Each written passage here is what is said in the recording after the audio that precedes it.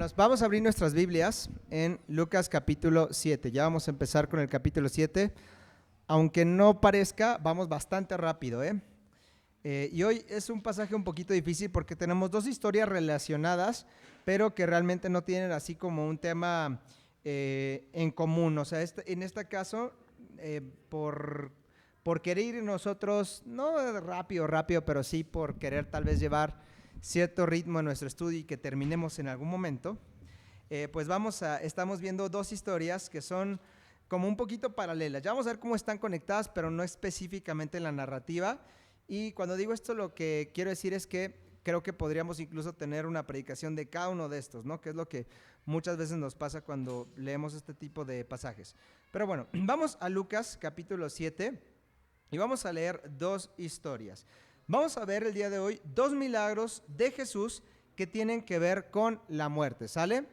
Pero primero quisiera hablar un poquito de lo que significa la muerte en el Antiguo Testamento, que es lo que Jesús tenía como su Biblia en este momento, y lo que un judío iba a entender por lo que es la muerte, ¿verdad? Vamos a ver un poquito de esto en Génesis capítulo 2, si alguien me puede ayudar a buscar. Vamos a dar varios pasajes. Hoy no tengo acá la facilidad de ponérselos en presentación, no se los puse, pero yo sé que ustedes son expertos en buscar pasajes en la Biblia. Entonces, Génesis 2, 16 y 17, alguien más me va a ayudar a buscar Santiago 1, 14 y 15, Santiago 1, 14 y 15, y Romanos 6, 23, tal vez alguno se lo sabe ya de memoria, ¿no? Entonces, vamos a empezar con Génesis 2, 16 al 17. ¿Qué dice Isarita? Tomó pues el Señor Dios al hombre y lo puso en el huerto del Edén para que lo labrara y lo guardase. Y mandó el Señor Dios al hombre diciendo: de todo árbol del huerto podrás libremente comer, mas del árbol del conocimiento del bien y del mal no comerás de él, porque el día del que comieres ciertamente morirás. Muy bien, ahora, cuando el hombre comiere de este árbol, iba a hacer algo que después en el Nuevo Testamento se nos define en Primera de Juan como errar al blanco. Bueno, pecado, no sé si han escuchado alguna vez ustedes esta idea de errar al blanco. Errar al blanco viene de la palabra amartos. Amartos es una palabra en griego que significa justamente errar al blanco. ¿Cuál es ese blanco? Primera de Juan nos dice que el que no obedece a la ley o el que falla, ese es el blanco. En obedecer la ley, peca, ¿ok? Dios nos dejó un montón de mandamientos. ¿Alguien sabe cuántos? 613 nos dejó, ¿ok? Aunque no son todos los que hay, son los que están registrados aquí en la palabra, aunque seguramente habían más. Bueno, ya eso es otra cuestión. La ley es cumplir absolutamente todo. Cuando yo me salgo, cuando yo fallo en errar el blanco, porque el blanco es muy grande, ¿verdad? Son 613 mandamientos. Cuando yo erro en alguno de estos, cometo lo que se llama pecado. En el tiempo en el que Sarita está hablando, ahorita cuando leyó Génesis 2, ¿cuántas leyes habían? Una, ¿verdad? Tan fácil que era, y ahorita tenemos 613. No vas a comer del árbol del conocimiento del bien y del mal, pero hay una consecuencia, porque ciertamente cuando comas de él, ¿qué va a pasar? Morirás. Vamos a ver cómo la consecuencia natural del pecado es la muerte, y eso es lo que va a entender la gente de lo que es la muerte, ¿ok? Santiago 1, 14 y 15, ¿quién lo tiene? ¿Sí?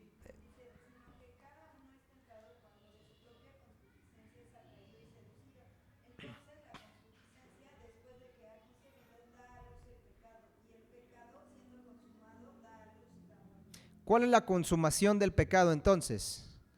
La muerte. El resultado último del pecado es la muerte. Ya hemos hablado de esto, pero ¿qué pasa con la persona que fuma mucho? ¿Muere de qué? De cáncer, no sé, varias cosas. Ya hemos hecho este ejercicio varias veces. Lo natural a lo que nos lleva el pecado es la muerte, ¿sí? Romanos 6:23, alguien tal vez se lo sabe de memoria. Porque la paga del pecado es muerte, pero la dádiva de Dios es vida eterna en Cristo Jesús, ¿sale? Pero vamos a pensar en esto entonces.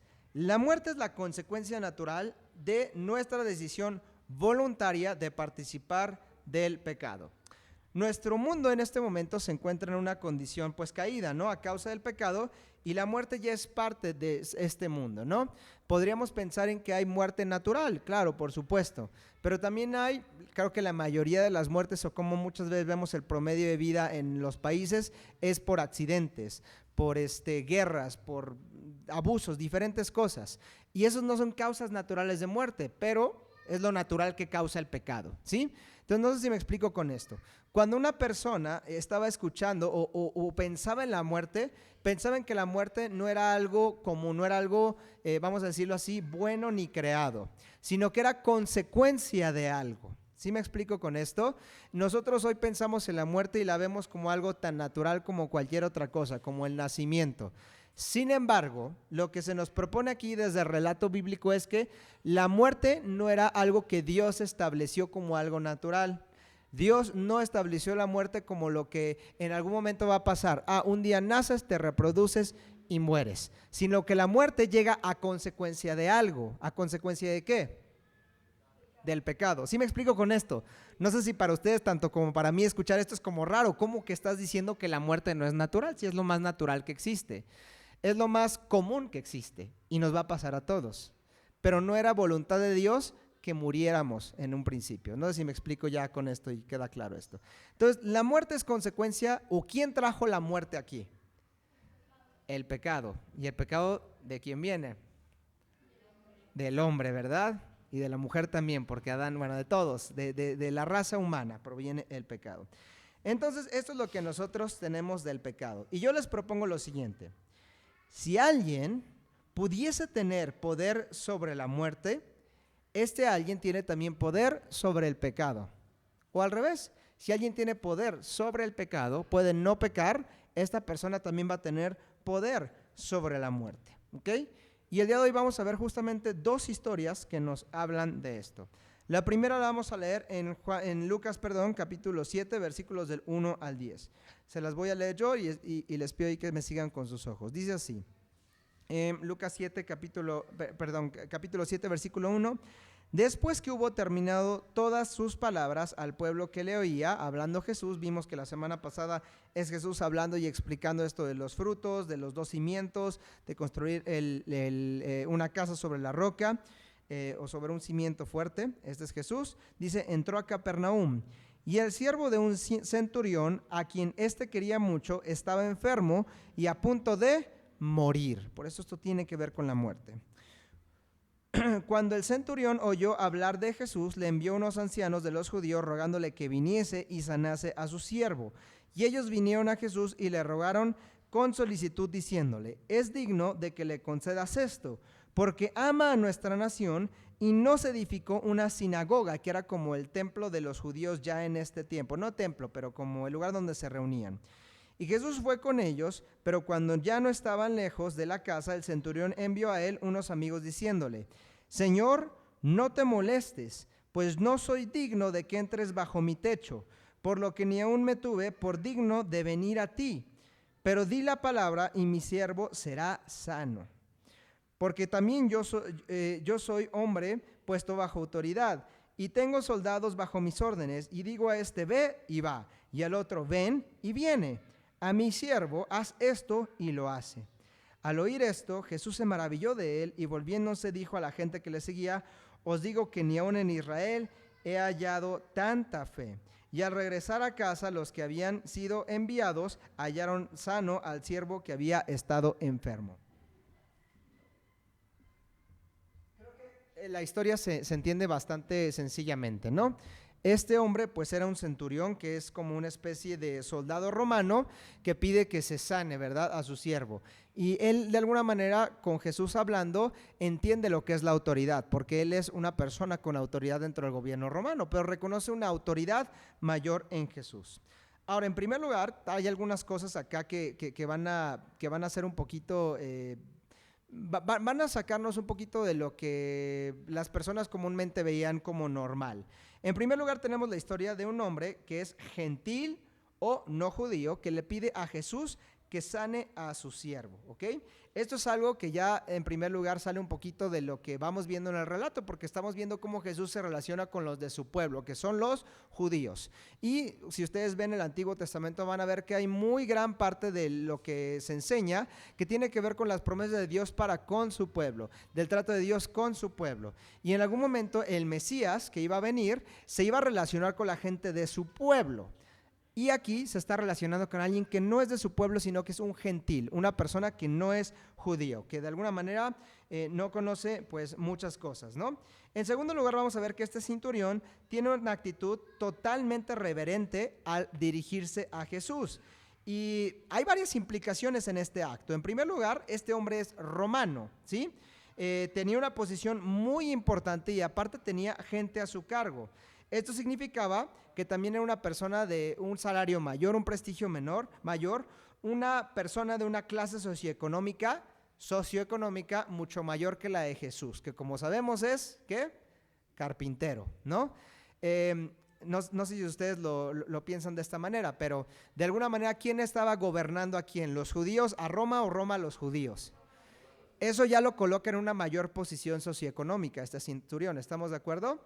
Después aparte era soldado y de alto rango y tenía un salario mucho mayor, mientras Jesús era algo así como lo que hoy sería un albañil, ¿no? Alguien que pues sí se dedica a la construcción, en ese momento pues era el carpintero el que hacía esto, ¿no?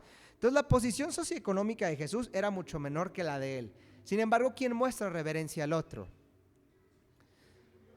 Habla del centurión esto, estamos de acuerdo, nos dice algo acerca de este, ¿no?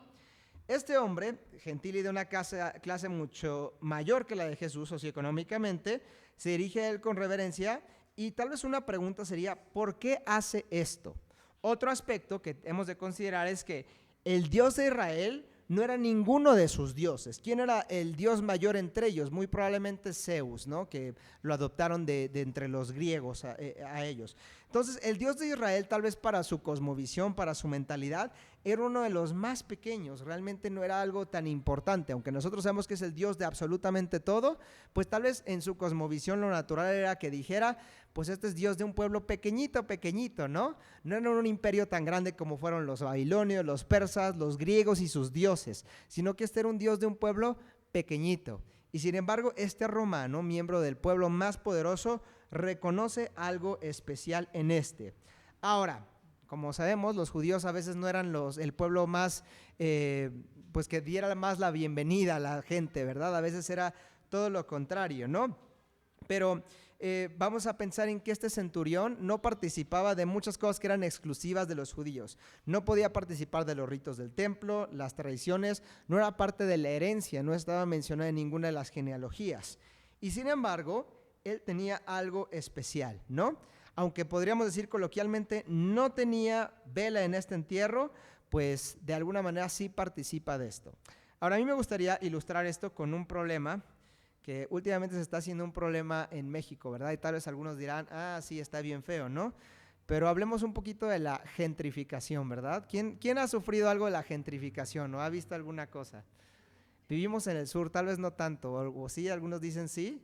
¿Quién aquí ya tiene vecinos extranjeros?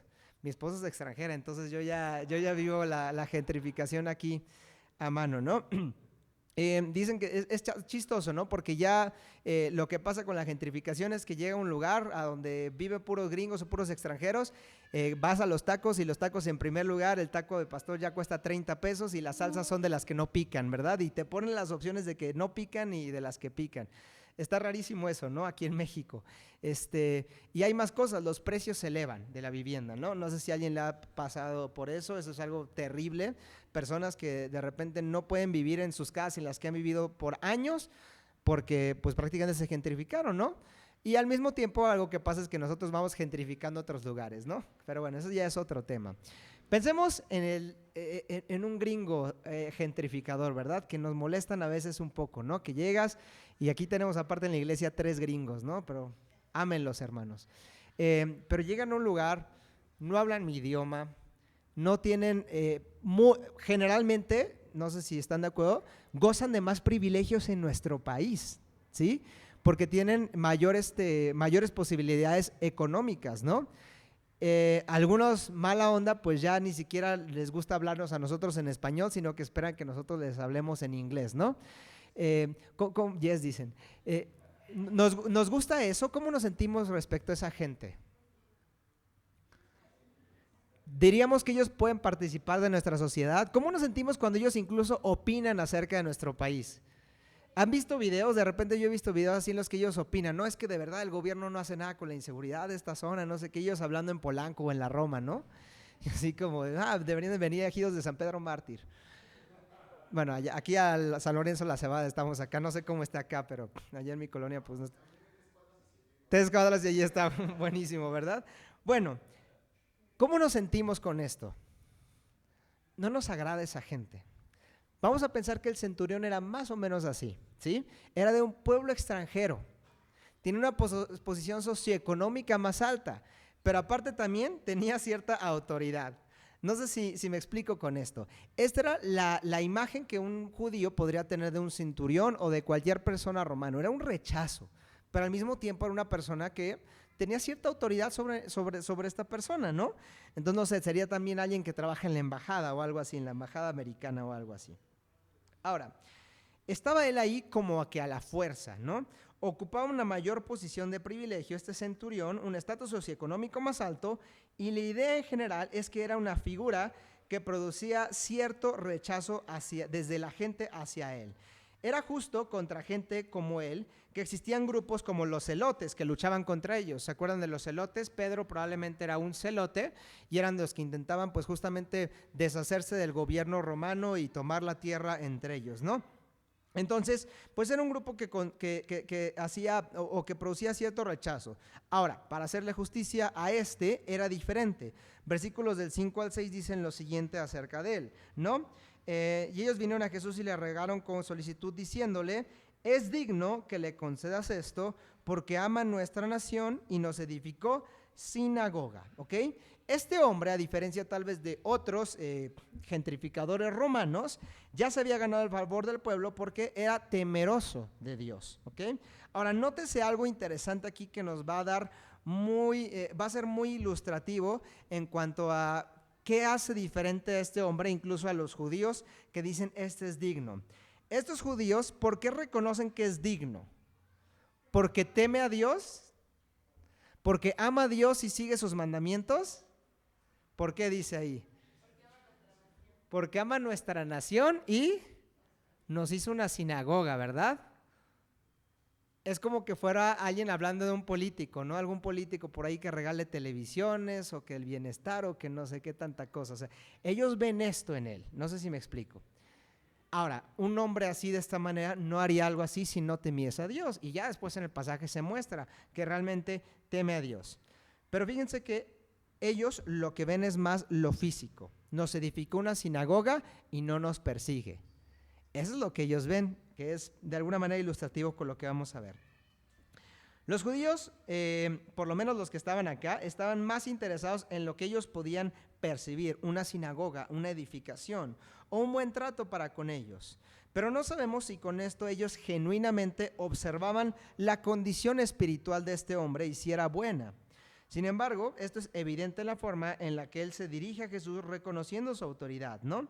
Y justamente le dice, yo entiendo lo que es la autoridad. Y fíjense cómo lo ve él. Dice, yo no soy digno ni siquiera de presentarme ante ti, ni de que tú estés en mi techo, que seguramente habrá sido un techo muy bonito, ¿verdad? Por la situación en la que él tenía. Pero él dice, yo no soy digno. Probablemente porque él entendía, yo no soy judío, yo no participo en ninguna de estas cosas, pero yo entiendo lo que es la autoridad. ¿Por qué? Porque yo soy autoridad. Y cuando yo le digo a alguien, ve, él tiene que ir. Y si yo le digo, ven, él tiene que venir. Yo entiendo que tú tienes esa autoridad. Di la palabra y mi siervo va a ser sanado. Y Jesús dice acerca de él en el versículo 9, os digo que ni aun en Israel he hallado tanta fe. Y esto es importantísimo. Este hombre gentil, que no tenía derecho a participar del templo, que no es parte del pueblo escogido por Dios, que no es heredero y no está en ninguna genealogía, es un hombre en quien Jesús pudo encontrar más fe que en todo Israel. Ahora, aquí no estamos hablando de Israel geográficamente, porque él está en Israel, Capernaum era parte de Israel, sino que está hablando de Israel como nación. Fíjense en esto, un hombre no conociendo las tradiciones, no pasando por las cosas que pasaron, no haciendo ninguna de estas cosas, entiende algo, y es que este hombre tiene que ser especial, tiene que ser Dios. No sé si me explico con esto. Y esto es algo interesantísimo. Esto equivale tal vez a encontrar a un gringo que come más chile que yo, ¿no? Está difícil encontrar un gringo que come más chile que yo, que le gusta más la comida mexicana que yo. Pero este centurión tenía más fe que los de la promesa, los que habían visto a Dios obrar de maneras increíbles. Pero fíjate que esto era precisamente lo que era esperado. Voy a pedir otros dos pasajes. El primero va a ser Deuteronomio 4 del 6 al 8. Y el otro va a ser Primera de Reyes 8 del 41 al 43. Entonces Deuteronomio 4 del 6 al 8 y Primera de Reyes 8 del 41 al 43. Muchas veces nos preguntamos, hablamos al principio de lo que es la ley y qué propósito tiene. Yo he mencionado esto en diferentes ocasiones. La ley tiene el propósito de que nosotros seamos como Dios en el aspecto moral, no en el aspecto de los atributos no convencionales como la omnipotencia, omnipresencia, eso no lo tenemos. Pero Dios sí nos dice, quiero que ustedes sean como yo, sed santos como yo soy santo. ¿Cómo uno logra ser santo? Siguiendo la ley. Los 613 mandamientos, si uno los siguiera, uno sería como Dios, y eso no es algo malo, de hecho sería algo a lo que tendremos que esperar. Yo debería querer ser como Dios, como mi Señor Jesús. Hay varias indicaciones que nos hablan de esto. Pero hay algo que es resultado también del obedecer la ley y del ser como Dios. ¿Quién tiene Deuteronomio 6 del 6 al 8? Y has de atarlas por señal en tu mano y estarán por frontales en tus ojos. Y las escribirás en los postes de tu casa y en tus portadas. Hasta ahí porque sí. El 6 y el 8, del 6 al 8. Y estas palabras que yo te mando hoy estarán sobre tu corazón y las enseñarás diligentemente a tus hijos y hablarás de ellas estando en tu casa y andando por el camino y al acostarte y cuando te levantes. Y has de atarlas por señal en tu mano y estarán por frontales en tus ojos. ¿Ese es el 8? Ok. Está mal ese pasaje, ahorita les encuentro ese, mientras si tenemos el de Primera de Reyes. ¿Sí? Adelante. Dice, asimismo, el extranjero que no es de tu pueblo Israel, que viniere de lejanas tierras a causa de tu nombre, pues oirán de tu gran nombre, de tu mano fuerte y de tu brazo extendido, y vinieren a orar a esta casa, tú, ¿sigo? Sí, Tú oirás en los cielos, en el lugar de tu morada, hasta el 43, perdón. o sea, sí lo sigo leyendo. Sí, Y harás conforme a todo aquello por lo cual el extranjero hubiere clamado a ti, para que todos los pueblos de la tierra conozcan tu nombre y te teman, como tu pueblo Israel, y entiendan que tu nombre es invocado sobre esta casa que yo edifiqué. muy bien, hasta ahí. Ok, ahí les va el siguiente.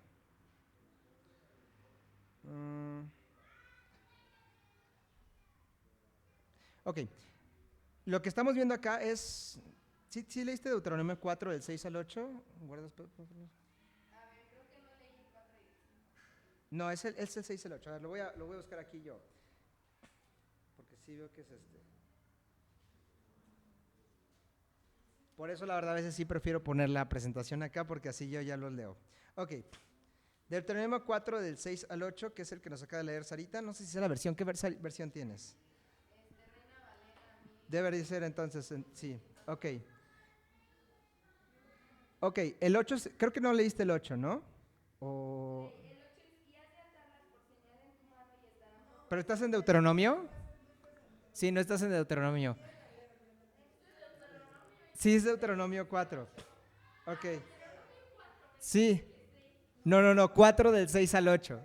Ok, va, lo tienes, Marce. Súper. De los mandamientos está hablando, sí. Sí, guardadlos pues y ponedlos por obra, porque esta es vuestra sabiduría y vuestra inteligencia ante los ojos de los pueblos, los cuales oirán todos estos estatutos y dirán, ciertamente pueblo sabio, sabio y entendido, nación grande es esta. Porque ¿qué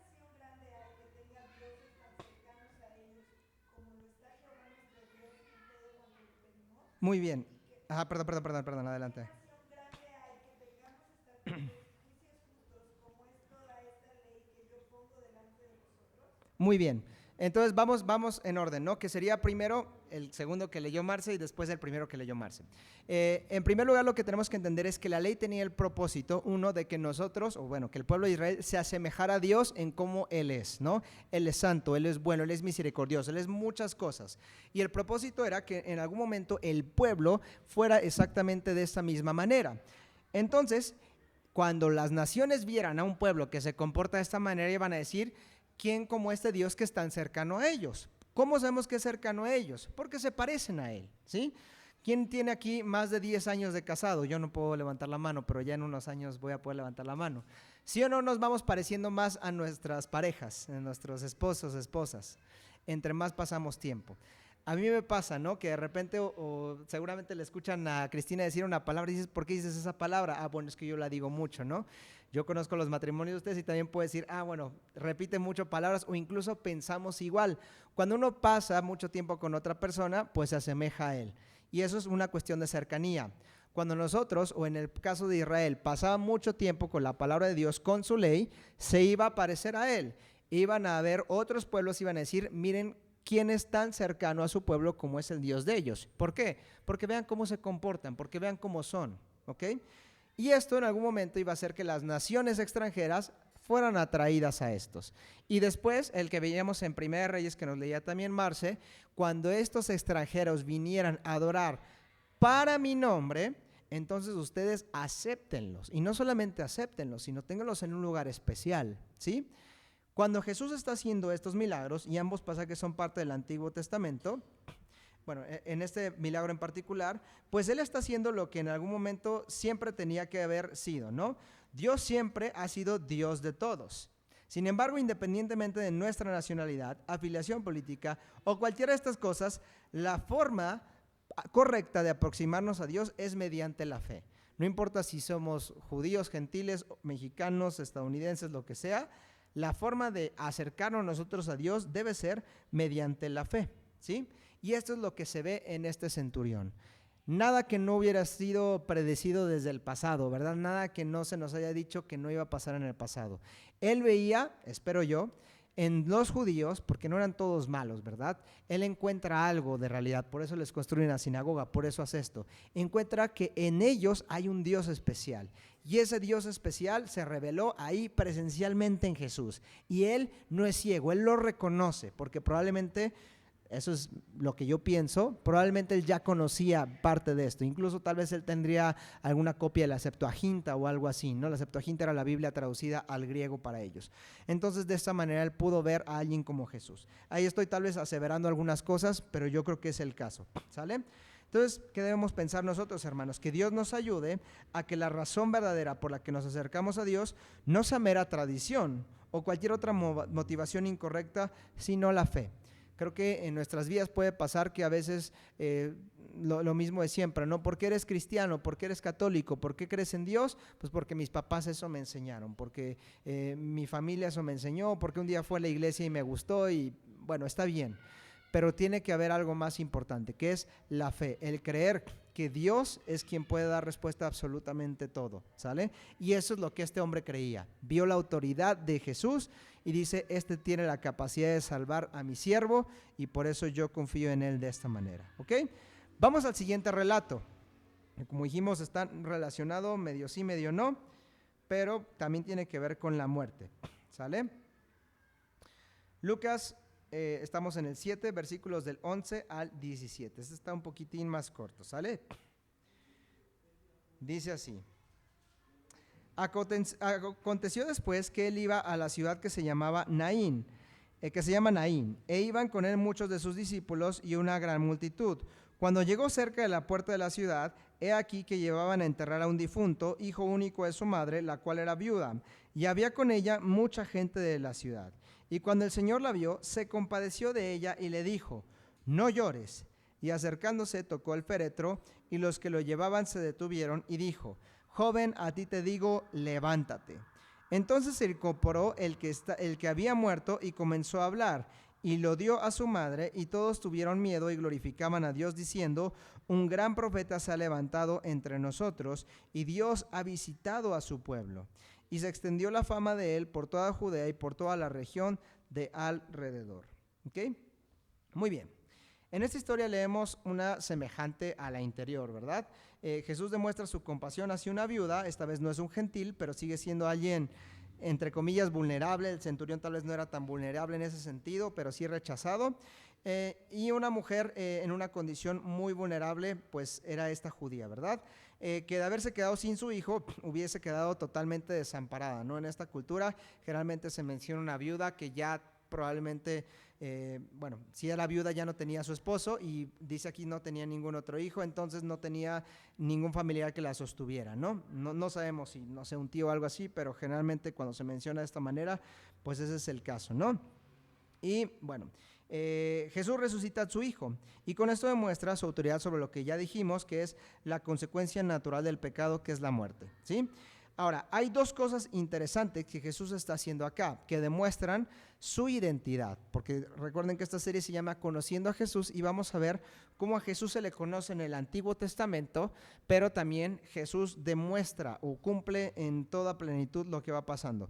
Nuevamente varios versículos, ¿sale? Esta vez así, súper bien, súper bien. Va, Deuteronomio, a ver, Sarita, de una vez para que lo vayas buscando. Voy a dar varios, el que ustedes elijan. Deuteronomio 10, 18, si quieres te voy a dar dos, para que te redimas y veamos así que qué chida eres. 10, 18, y ahorita te voy a dar el segundo, porque es ahí también en Deuteronomio. 10, 18, 14, 28 y 29. 10, 18 y 14, 28 y 29. Y Salmos 68, 5, alguien más que nos pueda ayudar con Salmos 68, 5. Deuteronomio 10, 18, ¿lo tienes ahorita? Va. Que hace justicia al huérfano y a la viuda, que ama también al extranjero dándole pan y vestido. Amaréis pues al extranjero, porque extranjero fuisteis vosotros en tierra de Egipto. Muy bien. Ahí está hablando de Dios, que ama, dice aquí, a la viuda y al extranjero. Interesante que acabamos de hablar de un extranjero, y ahí dice Dios que ama tanto a la viuda como al extranjero. Personas, entre comillas, vulnerables, ¿no? 28 al 29. 14, 28 al 29. Al cabo de cada 3 años sacarás todo el diezmo de tus productos de aquel año y lo guardarás en tus ciudades. Y vendrá el levita que no tiene parte ni heredad contigo, y el extranjero y el huérfano y la viuda que hubieren tus poblaciones, y comerán y serán saciados, para que el Señor tu Dios te bendiga en toda obra que tus manos hicieron. Las mujeres no recibían heredad a menos de que estuvieran casadas con alguien, ¿no? En este caso. Entonces muchas veces los diezmos eran dados precisamente a las viudas, y ahí dice que también a los extranjeros que tampoco tenían heredad, como una forma de demostrarles cuidado. Y esto nos demuestra que el Señor le interesan estos, ¿verdad? Salmo 68, 5. ¿Sí?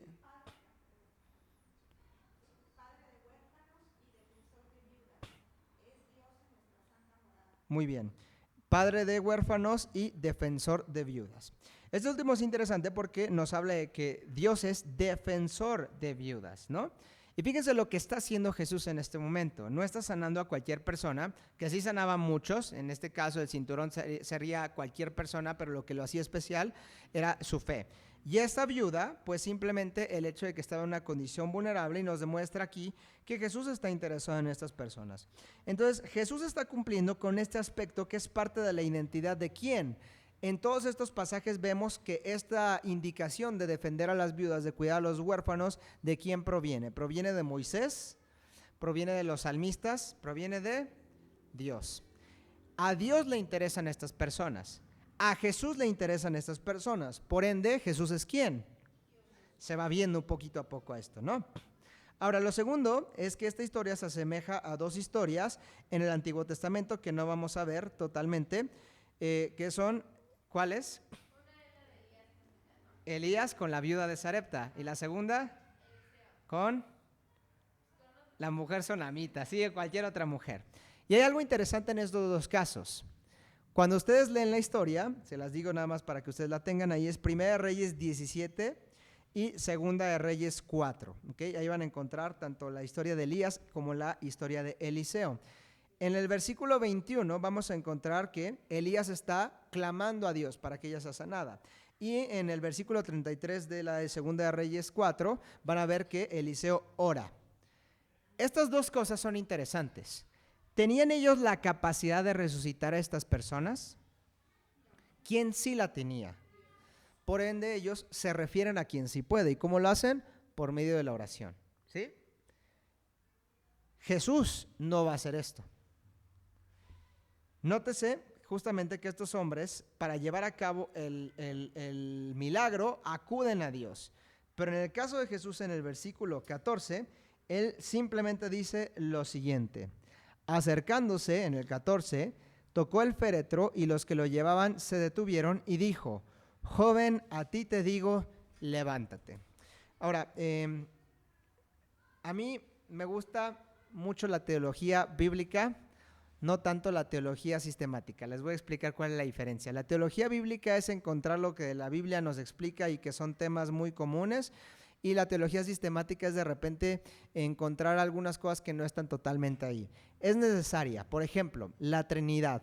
No hay ningún pasaje de la Biblia que explícitamente nos explique la Trinidad y nos diga, bueno, la Trinidad funciona así, entonces el Padre, el Hijo y el Espíritu son la misma esencia, pero en tres personas diferentes, y homeosis y no sé qué tantas cosas. La Biblia no nos explica esto. Sin embargo, la Trinidad es una realidad que si nosotros nos ponemos a estudiar diferentes partes de la Biblia, la vamos a encontrar, sin lugar a dudas, ¿sí? Y es algo que no por no ser teología bíblica significa que no sea bíblico, sí está acá. Y hay cosas que más bien la Biblia nos declara explícitamente. En cuanto a esto, hay veces que se nos explica o se nos dice algo, que es que Jesús obraba según el poder del Padre exclusivamente. Bueno, Jesús mismo dice, yo dependo del poder del Padre en todo momento.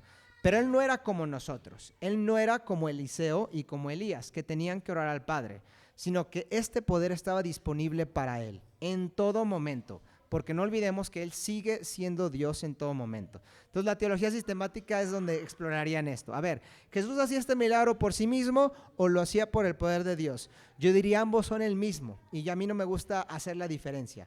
Jesús tenía exactamente la misma autoridad que el Padre. ¿Okay? Hay un orden ahí un poquito diferente que en algún momento, si quieren, lo podemos estudiar o podemos ver un poquito más acerca de esto, aunque yo creo que no llegaríamos a mucho porque aún yo no lo entiendo en su totalidad.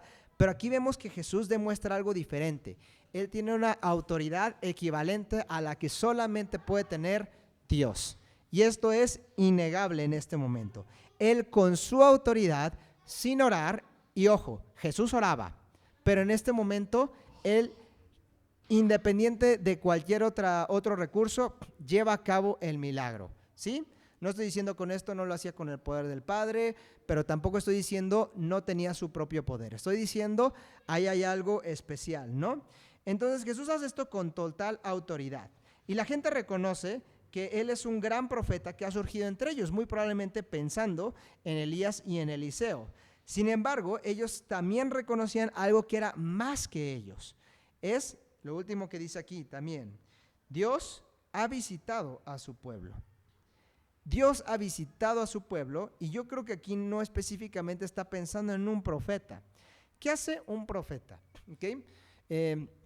Como ustedes ven aquí realmente, si yo les preguntara, ¿quién es quien realmente mueve aquí a los músicos de la iglesia Lampey? ¿Es evidente o no es tan evidente? Diego, dice acá Sarita, porque ella participa, ¿no? Yo puedo estar aquí al frente, o Tona o Sarita cuando está acá, ¿no? Pero realmente todos sabemos es que Diego es el que realmente está detrás de nosotros dirigiendo y haciéndome una cara fea cuando toco un acorde mal, ¿no? Yo la verdad tendría que atribuirle esto vamos a llamarlo el director musical, así se les llama, ¿no? El director musical es quien muchas veces va haciendo esto. Aquí tenemos el privilegio de que el director musical también toca con nosotros, y son cosas diferentes, ¿no? Ahora, si él es quien realmente está moviendo aquí las cosas y nosotros estamos tocando y todo eso, ¿qué es lo que tocamos? Tocamos lo que el director nos está diciendo, porque él incluso nos da las canciones. Yo podría decir que yo me manejo solo, pero la realidad es que no. Diego es quien nos está dirigiendo en este sentido, ¿ok?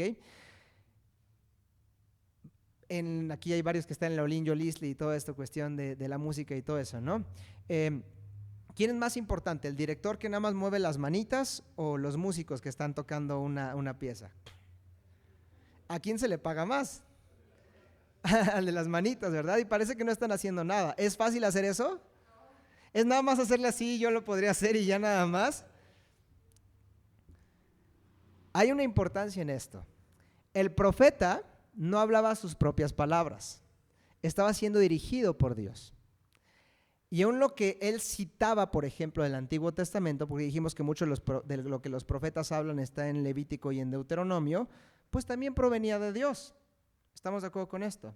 Entonces, un profeta nunca habla de su propia boca, nunca hace las mismas cosas. Sin embargo, si yo pusiera aquí a Diego a interpretar, él tiene la capacidad de interpretar. E incluso no le estorbaríamos los otros que nos equivocamos, ¿verdad? Un director musical generalmente ya tiene que ser un experto en su instrumento antes de poder, como en muchos instrumentos. Entonces, muy probablemente este director bien podría tocar mejor que los músicos que lo acompañan. ¿Sí me explico con esto? En este caso es Dios mismo quien no está en función de un músico siendo dirigido. Jesús no es un músico siendo dirigido, sino que es Dios mismo obrando, ¿sí? Esto puede sonar un poquito como diferente a algo que habrán escuchado, porque tenemos esta dependencia de Jesús y en el Padre, y que a veces tenemos esto, ¿no? Jesús siempre decía que él obraba y que todo lo que él hacía, lo hacía según la voluntad del Padre. Claro, porque las dos estaban unidas, ¿sí? Cuando él dice, el Padre y yo uno somos, eso es lo que nos está expresando. Entonces, él no es como cualquier profeta que puede ser guiado por Dios y por el Espíritu en un momento, sino que él en todo momento estaba en 100% de sintonía, el Padre y él tenía esta misma autoridad disponible en todo momento, ¿sí? Entonces, Jesús no solamente es el director musical, sino el músico que toca toda la pieza, ¿no? El total de la sinfonía, vamos a pensarlo así. Ahora, algo que me gustaría hacer notar es la reacción de la gente.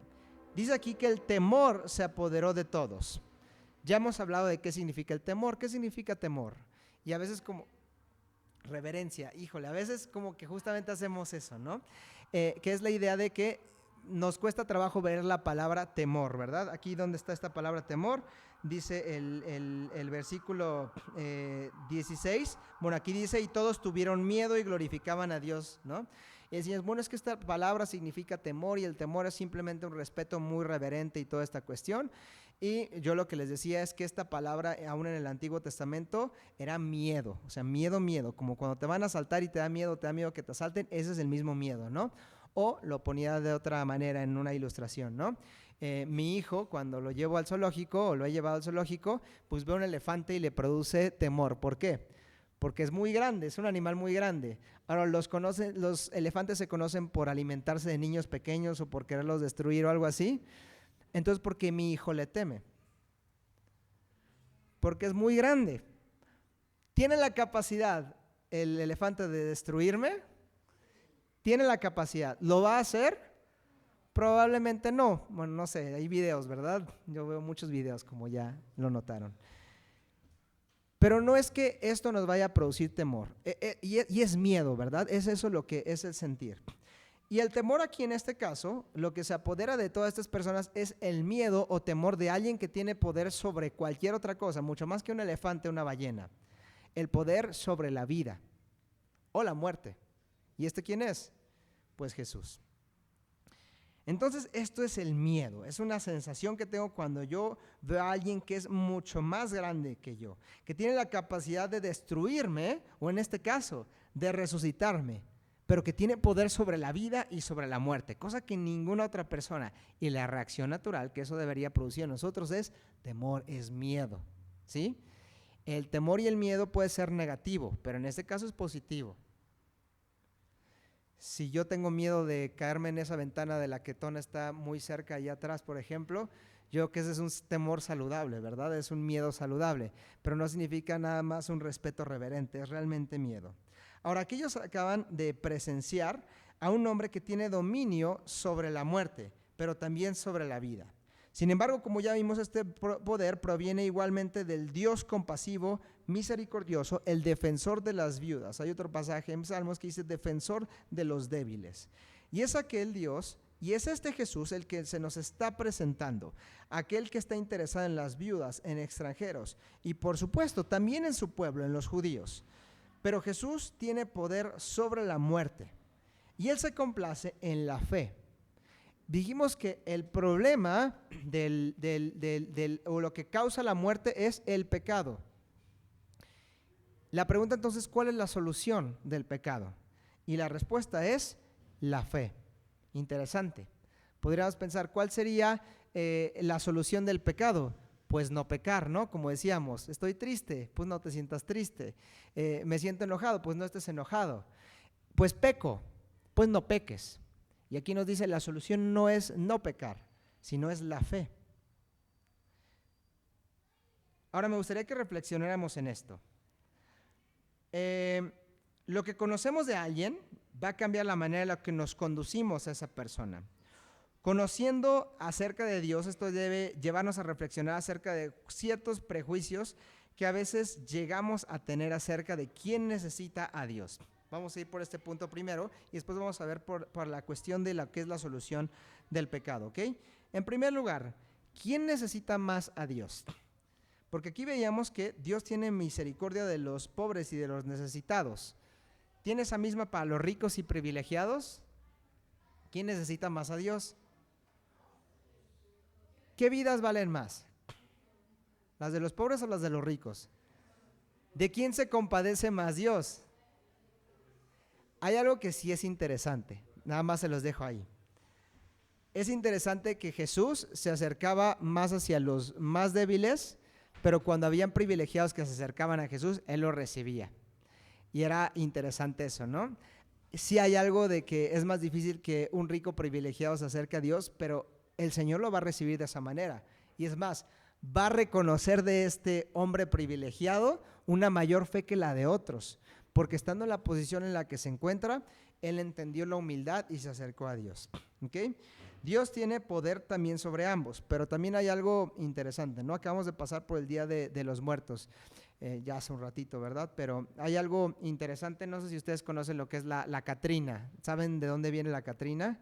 La Catrina viene de un autor que se llama José Guadalupe Posada, que disfrazaba como estas calaveras, como de vestiduras muy, muy elegantes de su tiempo y todo esto, y expresaba una realidad, que es la siguiente. Los ricos y los pobres, por dentro, quítales la piel, quítales todo, ¿y qué somos? Somos esqueletos, ¿no? Y hablaba, era una como crítica a la clase alta o a la clase que se sentían mejor y decían, está bien que te decores como sea, pero por dentro tú eres todo un esqueleto, ¿no? Ahí citando al no hermano José Guadalupe Posada, es justamente lo que vemos acerca de Dios. Todos nosotros somos al final polvo y al polvo volveremos. Pero si hay alguien que tiene poder sobre la muerte, ese es Jesús. Y aquí nos lo demuestra. Y tiene el poder para todo. Pero el problema de la muerte no es la muerte en sí, sino el pecado que lo causa. Y la solución del pecado es la fe. ¿Quién es quien puede solucionar el problema? Jesús. Y esa es la invitación el día de hoy. Yo no tengo poder sobre mi vida, ni tengo poder sobre mi muerte. Quien tiene el poder absoluto y el control absoluto de estas cosas es Dios. Si yo confío en Él, creo que Él me puede resucitar, creo que Él murió en una cruz, que el Señor lo levantó de entre los muertos y que por medio de este acto Él puede limpiar mis pecados, entonces yo ya tengo la solución al problema, que es el pecado. Y tengo la solución a la consecuencia, que es la muerte y la muerte eterna. Si yo decido confiar en Jesús, como me lo está presentando el Evangelio de Lucas, entonces tengo la solución a absolutamente todos los problemas que yo podría llegar a tener. Entonces, es interesante porque la solución real del pecado, y para no sonar tan absurdos, o bueno, sí sonando un poco absurdos, pues no es no pecar, no es la solución. Vamos a seguir pecando. Pero tiene que haber algo que nos lleve o tiene que haber algo que nos ayude a no pecar. No pecar no es tan simple. Y esto es entregarle nuestra vida a Jesús. Que Él sea y sea su espíritu, que sea su palabra. el pueblo de Israel no sabría obedecer la ley si no hubiera ley, ¿sí? Hay un pasaje en Romanos que habla de que hay parte de nuestras conciencias, pero no es lo mismo. Sin Dios no es posible obedecer a Dios, parecernos a Dios y que otros se conviertan. Entonces, mi oración es precisamente por esto, que nosotros podamos genuinamente tener esta fe como la de este centurión, que nos veamos en esta posición. Y es interesante cómo justamente este pasaje nos muestra a la persona más privilegiada de su tiempo junto con la persona más vulnerable de ese momento, ¿no? Una viuda y un centurión, pero Dios obrando en ellos, y lo mismo es el común denominador, el poder sobre la muerte y la fe, ¿sale? Entonces vamos a orar porque eso sea lo que nosotros estemos viendo, ¿no? Y si hay alguien aquí que tal vez hasta este momento todavía no hemos tomado una decisión por conocer a nuestro Señor, por entregarle realmente con nuestra fe todo el control sobre todo lo que somos nosotros, lo que nosotros podemos cerrar haciendo y todo esto, pues lo podamos hacer. Entonces déjenme orar por nosotros y terminamos, ¿sale? Señor, te damos gracias por este día, gracias porque nos permites leer tu palabra, Señor, bendecirte, y gracias, Señor, porque nos permites conocerte.